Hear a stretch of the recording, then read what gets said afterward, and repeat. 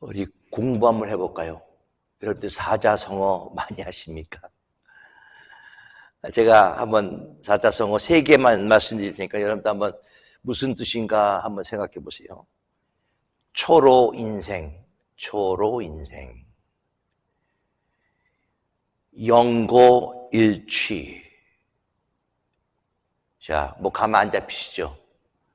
아마 이거는 아마 아실 거예요. 세옹지마. 들어보셨죠? 초등학교에서 국민학교에서 공부 제대로 하셨으면 아마 한 번쯤은 지금 내용은 모르겠는데 들어보신 그런 아마 기억을 아마 있으실 거예요.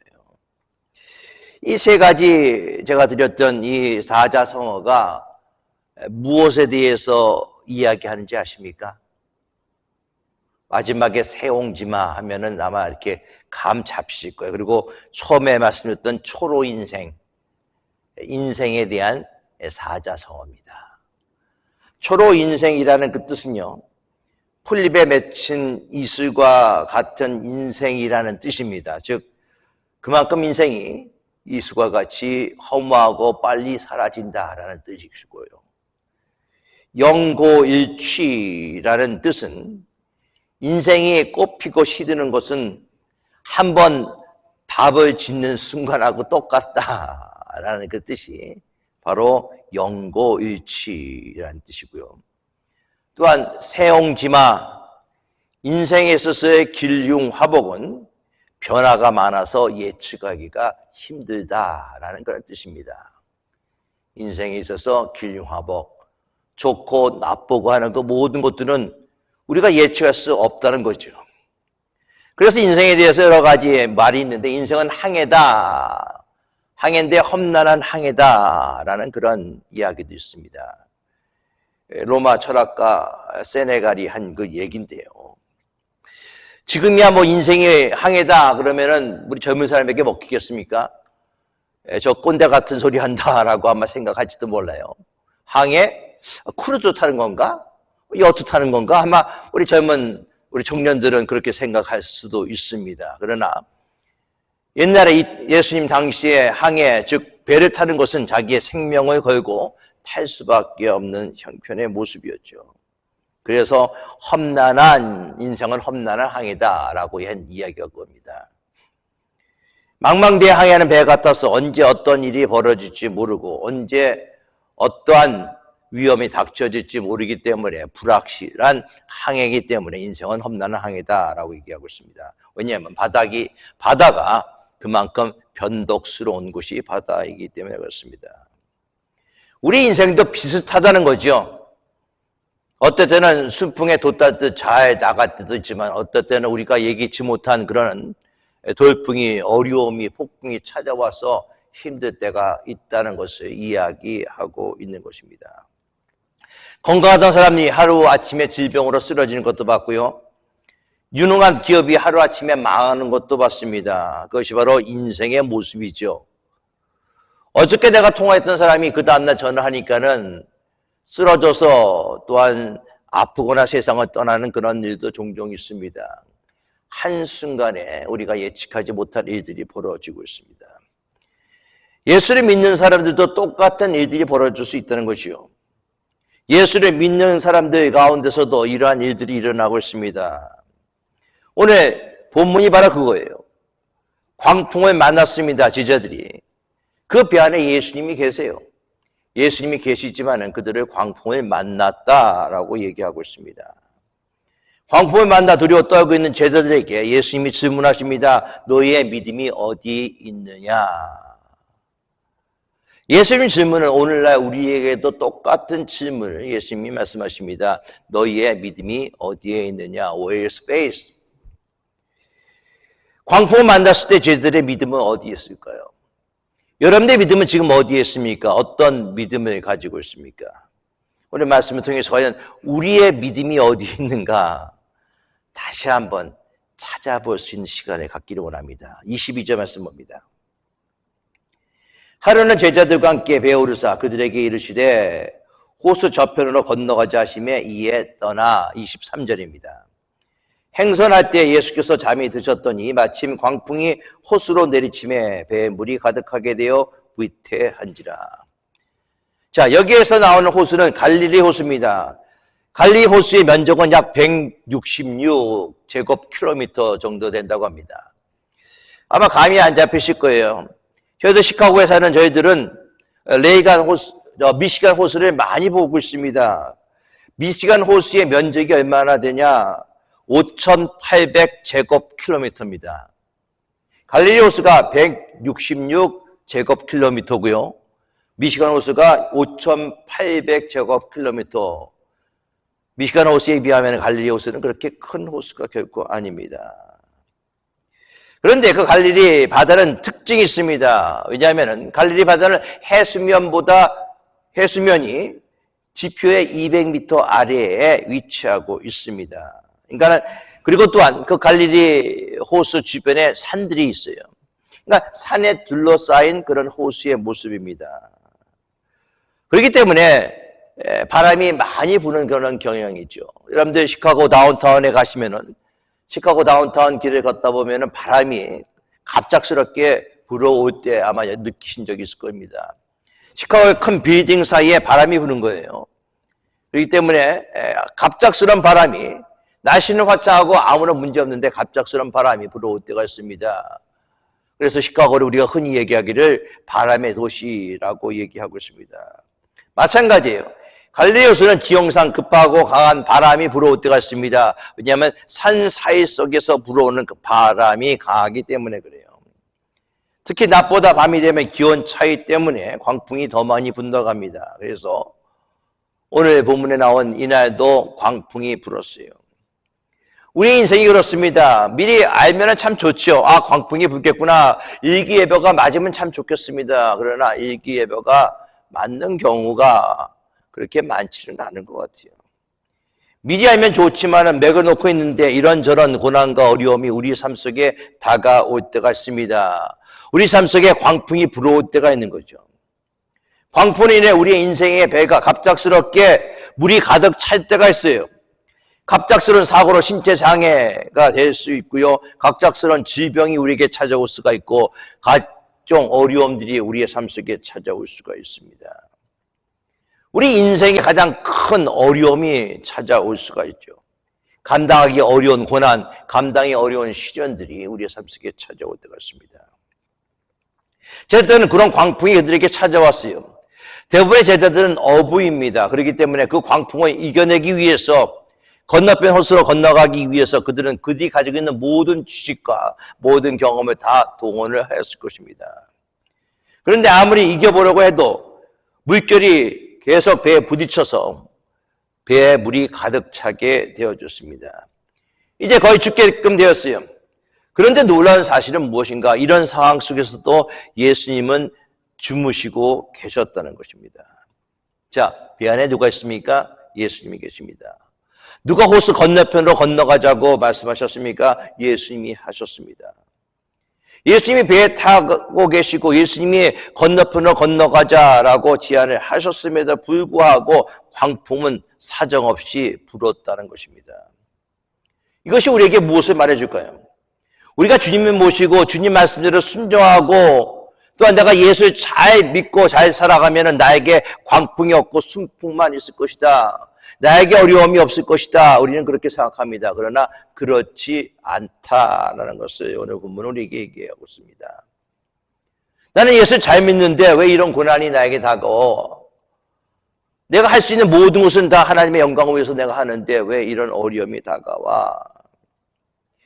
초신자 때는 그런 것이 이해가 되지 못했다가 상당히 많이 있습니다. 그러나 신앙이 깊어가면서 또 믿음의 열린이 쌓아가면서 이 모든 것 속에서는 하나님의 섭리가 있구나, 하나님의 뜻이 계시구나 라고 우리는 그렇게 파악할 수가 있는 것이죠. 그러나 갑작스럽게 어려움을 당할 때는 예수 믿는 사람들이나 예수 믿지 않는 사람들이나 당하고 어려움을 겪을 수밖에 없습니다. 예수님을 믿고 예수님 말씀에 순종하더라도 우리의 삶 가운데 속에서 어려움이 다가올 수 있다라는 것을 우리에게 보여주고 있습니다. 그러나 예수 믿을 때와 예수 믿지 않는 때의 그 차이가 아까도 말씀드렸지만은, 이 모든 것이 하나님의 뜻이 계시구나, 하나님의 섭리가 바로 여기에 있구나 라고 생각할 수 있다면 여러분 믿음이 좋은 믿음을 갖고 계시다는 것이죠. 예수님 믿고 또한 예수님과 함께 동행하는 그런 삶 가운데서 다가오는 모든 고난, 여러분들 걱정하거나 두려워할 필요가 없습니다. 이제 광포 속에서 제자들이 할 수 있는 것은 아무것도 없었어요. 자기가 가지고 있는 경험들, 자기가 가지고 있는 지식들을 다 동원해서 그들은 이 상황을 벗어나려고 했습니다. 그러나 할 수가 없습니다. 그들이 할 수 있는 것은 예수님을 깨우는 거예요. 24절 봅니다. 제자들이 나와 깨어 이르되 주여 주여 우리가 죽겠나이다 한데 예수께서 잠을 깨사 바람과 물결을 꾸짖으시니 이에 그쳐 잔잔하여지더라. 자, 제자들이 예수님을 언제 깨웁니까? 거의 죽게 될 상황에 예수님을 깨우고 있다는 겁니다. 그러니까는 거꾸로 얘기하면 그들은 죽기 직전까지 예수님을 깨우지 않았습니다. 그래가 가지고 있는 모든 지식과 모든 경험을 동원해서 이 모든 어려운 형편들을 그들은 이겨나가려고 했어요. 그러나 그럴수록 점점 더 죽게 되어졌습니다. 자, 그러면은 언제 제자들이 풍랑을 이길 수 있습니까?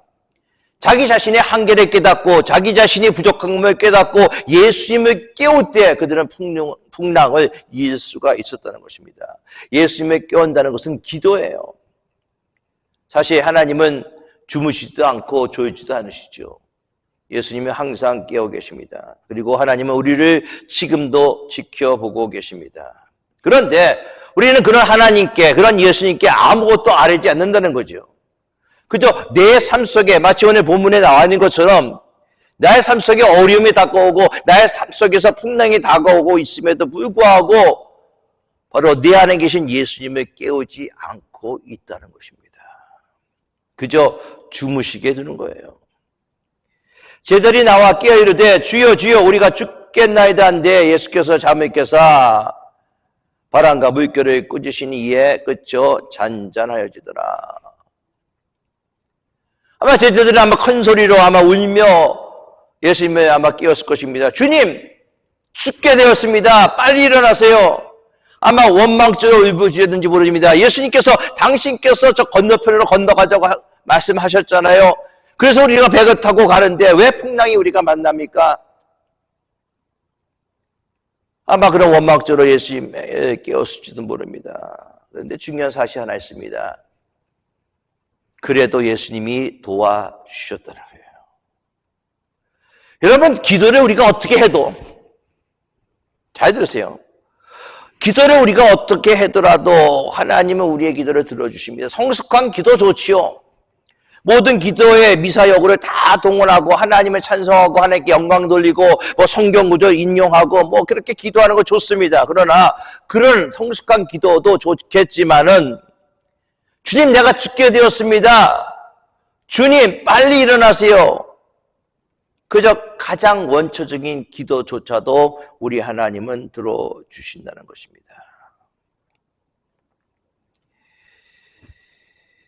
한 가지 궁금한 건요. 그 난리를 통해서 예수님이 주무실 수 있었던 이유가 무엇인가? 참 궁금하더라고요. 여러분 안 궁금하세요? 광풍이 불어오는 상황에서 예수님은 잠을 자고 계셨어요. 두 가지 것을 우리가 생각할 수 있습니다. 먼저 육신적으로 피곤하셨기 때문에. 왜냐하면 하나님의 말씀을 증거하고 병든 자들을 다 고치시고 하나님 모든 사역 가운데 속에서 육신이 너무 피곤하셨기 때문에 주무실 수 있습니다. 왜? 예수님은 하나님의 아들이시고 인간의 몸을 입고 이 세상에 오셨고 신성과 인성을 동시에 가지셨음에도 불구하고 육신적으로 이 땅에 태어나셨기 때문에 먹으셔야 되고요. 물도 마셔야 됩니다. 피곤하면 잠도 자야 됩니다. 예수님은 우리의 즐거를 아시는 분이다 라고 얘기하고 있어요. 우리의 고통을 아시는 분이다. 그래서 피곤하셨기 때문에 주무셨어요. 그렇죠? 그것이 첫 번째 이유고요. 두 번째 이유는 아무것도 두려워할 필요가 없기 때문에 주무셨습니다. 폭풍이 불어옵니다. 그런데 그 폭풍이 불어온 것 가운데 속에서도 주무실 수 있었던 이유가 무엇인가? 이 폭풍은 나를 삼킬 수 있는 폭풍이 아니다. 이 폭풍은 나를 해할 수 있는 폭풍이 아니다는 것을 알고 계시기 때문에 주무실 수 있었다는 것이죠. 참 신기한 것은 폭풍 속에서 잠을 쿨쿨 자고 있던 사람 또한 있습니다. 여러분 누군지 아십니까? 요나예요. 배에 탄 모든 사람들이 걱정이 되고 그들이 살려고 난리법석을 치는 가운데 속에서 요나는 배 밑에서 잠을 자고 있었다는 것입니다. 왜일까요? 성경은 그 이유에 대해서 얘기하고 있지 않습니까? 그러나 모든 것을 다 내려놓았기 때문에 그 폭풍은 요나에게 큰 어려움이 아니라는 것을 알기 때문에 그는 잠을 잘 수가 있었다는 것입니다. 예수님도 마찬가지의 모습이에요. 천지 만물을 창조하시는 주님께서는 폭풍이 아무런 제약이 될 수 없다는 사실을 알고 있기 때문에 주무실 수 있다는 것입니다. 그렇다면 그 사실 속에서 예수님 우리에게 무엇을 얘기하십니까? 우리 또한 폭풍 속에서 잠잘 수 있어야 된다는 것입니다. 폭풍 속에서 잠잘 수 있다는 것은 무엇인가? 폭풍 속에서도 우리가 평안한 마음을 가질 수가 있어야 돼요. 마치 찬송가의 가사처럼 내 평생에 가는 길 험난하고 힘들고 어려워도 내가 주님 예수가 나와 함께 한다면 내 마음 평안해 라고 찬송을 부른 것과 마찬가지로 이리스왜 예수님이 내 안에 계시기 때문에 다가오는 내가 맞이하는 모든 폭풍 가운데 속에서도 나는 평안함을 유지할 수가 있다는 것입니다. 그것이 예수님이 왜 성경은 예수님이 주무셨다 물론 주무셨기 때문에 기록하고 있겠죠. 이 풍랑이 있는 이 바다를 향해서 우리에게 하시는 말씀이 바로 그거예요. 제일 먼저 평안하라라고 얘기하고 있어요. 이 평안한 마음을 가지고 살라라고 얘기하고 있습니다. 우리의 평생에 가는 길이 순탄하고 늘 잔잔한 강 같고 무섭고 어렵든지 너의 영혼이 평안한 그런 마음을 가지고 있어야 된다는 것이죠. 이제 잠에서 깨어난 예수님의 바람과 물결을 꾸짖습니다. 잔잔해집니다. 여러분 예수님께서 이 세상의 모든 풍파의 해결자가 되심을 믿으시기 바라겠습니다. 주님이 함께 하시면 세상의 모든 풍파는 다 없어지게 되어져 있어요. 인간이 아무리 해도 여러분들 해결책이 나오지 않습니다. 더 문제가 꼬이게 마련이에요. 우리 주님이 간단히 해결하십니다. 말씀으로 해결하십니다. 바람과 물결을 향해서 꾸짖고 말씀하셨어요. 재밌잖아요. 바람과 물결을 향해서 꾸짖고 말씀하셨습니다. 마치 부모가 자녀에게 말하던 말입니다. 그러자 파도가 잔잔해졌어요. 바람이 잔잔해졌습니다. 자연에게 명령하시는 분이 누구십니까? 바로 하나님의 아들 하나님이신 예수 그리스도예요. 여러분들 우리 인생 가운데 속에서 풍랑이 일고 어려움이 있다 할 때 오늘 예수님이 하셨던 이것 우리가 할 수 있어야 돼요. 내가 예수의 이름으로 명하노니 내 안에 있는 풍랑은 다 없어질지어다. 내가 예수 그리스도의 이름으로 명하노니 모든 고통은 사라질지어다. 창조의 예수 그리스도가 우리 안에 있어요. 주님께서 말씀하지 않으셨습니까? 성령이 너에게 임하면 내가 한 일보다 더 큰 것을 할 수 있다고 말씀하셨잖아요. 여러분들 예수님의 말씀에 의지해서 담대하게 명령하고 부르짖고 기도할 수 있기를 바라겠습니다. 그러면 예수님께서 들어주시는 거예요. 하나님께서 들어주시는 것입니다. 지금 여러분은 어떤 풍랑을 만나고 계십니까? 그 풍랑 속에서 나와 함께 동의하실 예수님을 만나야 됩니다. 내 안에 주무시고 계시고 내 안에 있으신 예수님을 내가 깨워야 돼요. 믿음을 깨워야 되는 것입니다.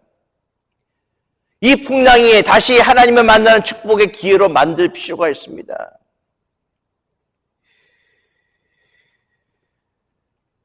바람을 잠자케 나온 다음에 예수님께서 제자들에게 말씀하십니다. 25절 말씀 보죠.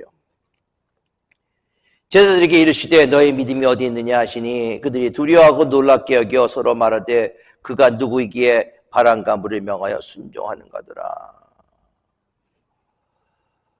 제자들이 두려워했던 이유가 근본적으로 폭풍의 심각성이 있지 않다라는 것을 우리에게 얘기해 주고 있습니다. 제자들이 두려워했던 것은 무엇 때문에 그런가? 그들에게 믿음이 없었기 때문에 그렇다는 거예요. 그들의 믿음이 연약하기 때문에 그렇습니다. 동일한 사건을 마태와 마가가 기록했는데 이렇게 얘기합니다. 마태복음 8장 26절에 예수께서 이르시되 어찌하여 무서워하느냐 믿음이 작은 자들아 하시고, 마가복음 4장 40절입니다. 이에 제자들에게 이르시되 어찌하여 이렇게 무서워하느냐 너희가 어찌 믿음이 없느냐 하시니. 제자들에게 예수님께서 믿음이 없다라고 말씀하셨는데 그들이 믿음이 없을까요? 아니에요. 그들은 믿음이 있었습니다. 마태복음 8장 26절에 나온 게 맞아요. 믿음이 작은 자예요. 그들은 모든 것을 다 버리고 예수님을 쫓아갔습니다. 그렇죠? 이런 상황 가운데 속에서 그들에게 주님께서 말씀하시는 거예요. 너의 믿음이 어디에 있느냐? 그들은 예수님을 쫓아갔습니다. 예수님이 하셨던 모든 기적을 그들은 봤어요. 심지어 둘씩 짝지어 나가서 기적을 그들이 스스로 체험도 하였습니다. 많은 이적을 보면서 예수님이 누구라는 사실을 알고 있어요. 예수님이 평범한 인간이 아니라는 사실을 알고 있습니다. 예수님이 메시아라는 사실을 알고 있습니다. 아, 예수님은 하나님이시구나. 예수님의 놀라운 능력이 나타나는구나. 그런데요, 그들의 믿음이 이제 시험대에 올라온 거예요. 무엇을 통해서? 풍랑을 통해서. 여러분들의 믿음이 이 세상에 여러분들이 닥쳐온 풍랑을 통해서 시험대 위에 올라간 것입니다. 어리 한번 보자. 네가 믿음이 있는가 믿음이 없는가, 믿음이 강한가 믿음이 약한 거를 한번 보자. 그들은 많은 이적들을 체험하고 많은 이적들을 봤음에도 불구하고 이제 그 이적들은 어떻게 본다면 제3자의 이적이에요. 3자의 기적인 것입니다. 그저 눈으로만 본 거예요. 그런데 이제 그들에게 다가온 어려움이 있습니다. 여러분들 암 못 보는 사람들도요, 그 사람이 암을 못 볼 거고요. 문둥병자 걸린 사람들 그 사람이 문둥병자 걸린 거고요. 죽은 사람도 다른 사람이 죽은 거지만 자기에게 일어난 사건이 아니거든요. 이렇게 잘하는 호수입니다. 배를 타는 일도 평생 해왔습니다. 그동안에 믿고 따랐던 예수님도 함께 계십니다. 변한 게 하나도 없어요. 단지 변한 것은 무엇인가? 갑자기 폭풍이 나에게 다가왔다는 것입니다. 그 폭풍 때문에 내가 죽을 위험을 느끼고 있다는 거예요. 예수님에 대한 믿음이 시험대 위에 올라가 있습니다. 폭풍을 두려워했고 예수님에 대해서 불평하기까지 했습니다. 예수님의 능력과 성품을 의심했습니다. 충분히 인간적인 면에서 두려워할 수 있는 상황이에요. 그런데 그들이 가지고 있는 믿음은 환경 속에서 쉽게 변할 수밖에 없는 믿음이었다는 사실인 것입니다. 그래서 예수님이 물어보시는 거예요. 너의 믿음이 어디 있느냐? 믿음이 전혀 없다고 말씀하지 않으셨습니다. 그들이 마치 믿음이 없는 것처럼 행동을 했다는 거예요. 너에게 믿음이 있다. 내가 한다. 그런데 왜 이런 어려운 상황 가운데서 믿음이 하나도 없는 사람처럼 행동을 하고 있느냐 하는 것입니다. 그들의 목숨이 위태로운 가운데 속에서 그들 옆에서 주무시고 있는 예수님이 있음에도 불구하고 많은 이적들을 보았음에도 불구하고 마치 그들의 삶에 있는 그들의 행동의 모습이 믿음이 없는 사람처럼 그렇게 행동하고 있다는 것입니다. 그리고 예수님의 폭풍을 잠재우고 나서야 비로소 그들은 다시 예수님이 어떤 분이신가 제대로 알게 되었죠.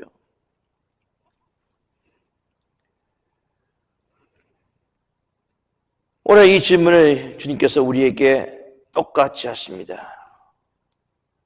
너가 인생의 폭풍 가운데 있을 때, 너의 삶 속에 어려움이 있을 때, 누가 너를 힘들게 할 때, 심지어 목사까지도 힘들게 하고 너의 주변의 사람들이 너를 힘들게 했을 때, 네가 그동안에 가졌다고 했던 그 믿음이 어디에 있느냐 말씀하시는 거예요. 교회에서 시험 받았다고요? 사람 때문에 상처받았다고요? 모든 환경에 여러분들을 어렵게 만든다고요?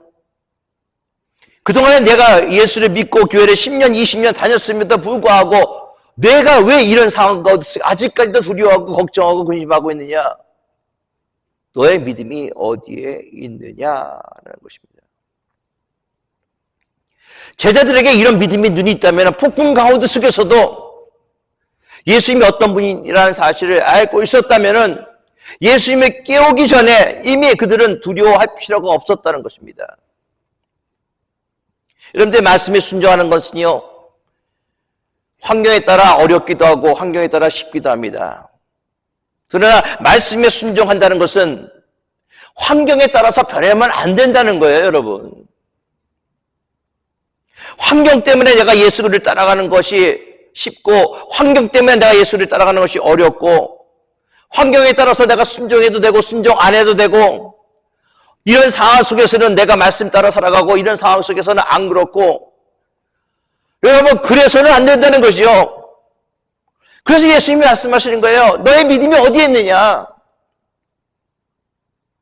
여러분들 예수 잘 믿고 교회에서 잘 섬기고 교회에서 여러분들의 모든 것이 평안할 때 하는 얘기가 결코 아니라는 거죠. 어렵고 힘들 때 누가 여러분들 힘들게 할 때 상황이 여러분들 힘들게 할 때 그럴 때 너의 믿음이 어디 있느냐 말씀하시는 것입니다. 너희가 병에 걸렸을 때 내 사업이 망할 때 교회 성도들이 자꾸만 떨어져 나갈 때 잠깐만 힘들고 어려운 일들이 나에게 다가올 때 그때 너의 믿음이 어디에 있느냐 말씀하시는 것입니다. 시편 46편 1절 3절은 이렇게 얘기합니다. 하나님은 우리의 피난처시여 힘이시니 환난 중에 만날 큰 도움이시라. 그러므로 땅이 변하든지 산이 흔들려 바다 가운데 빠지든지 바닷물이 솟아나고 뛰어들지 그것이 넘침으로 산이 흔들릴지라도 우리는 두려워하지 않을 것이다. 여러분들 이것이 성숙한 신앙이에요. 하나님이 어떤 분인지 내가 알기 때문에 어떤 상황 속에서도 나의 믿음이 흔들리지 않는 것입니다. 먼저 하나님을 알고 배우시기 바라겠습니다. 하나님이 주시는 평안 속에서 거할 수 있기 바라겠습니다. 폭풍 후만이 아니라 폭풍 전에도 그리고 폭풍 가운데 속에서도 여러분들의 믿음을 가지고 예수님이 누구신가? 그는 어떤 분이신가? 그것을 바로 알고 바로 믿고 정말 믿음의 생활을 할 수 있는 여러분들의 모습 될 수 있기 바라겠습니다. 여러분들의 믿음이 어디 있습니까? 저는 이 말씀을 준비하면서 너무 마음에 답답함이 있어요.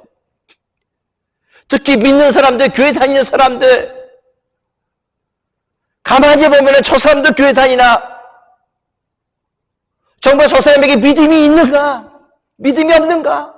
믿음이 있다고 하는데 여러분들 이 질문은요 예수님이 오늘날 교회에게 저에게 여러분들에게 던지는 질문입니다. 정말 너에게 믿음이 있냐? 믿음이 있는데 그렇게 생활하냐? 믿음이 있는데 그렇게 걱정하냐? 믿음이 있는데 그렇게 한숨 지면서 매일매일 불평하고 살아가고 있느냐?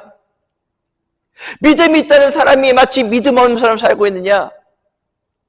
그 믿음은 환경 가운데 쉽게 변하는 믿음이냐? 우리 주님이 그렇게 말씀하시는 거예요. 오늘 이 주님의 질문 가운데 속에서 여러분들의 대답은 무엇입니까?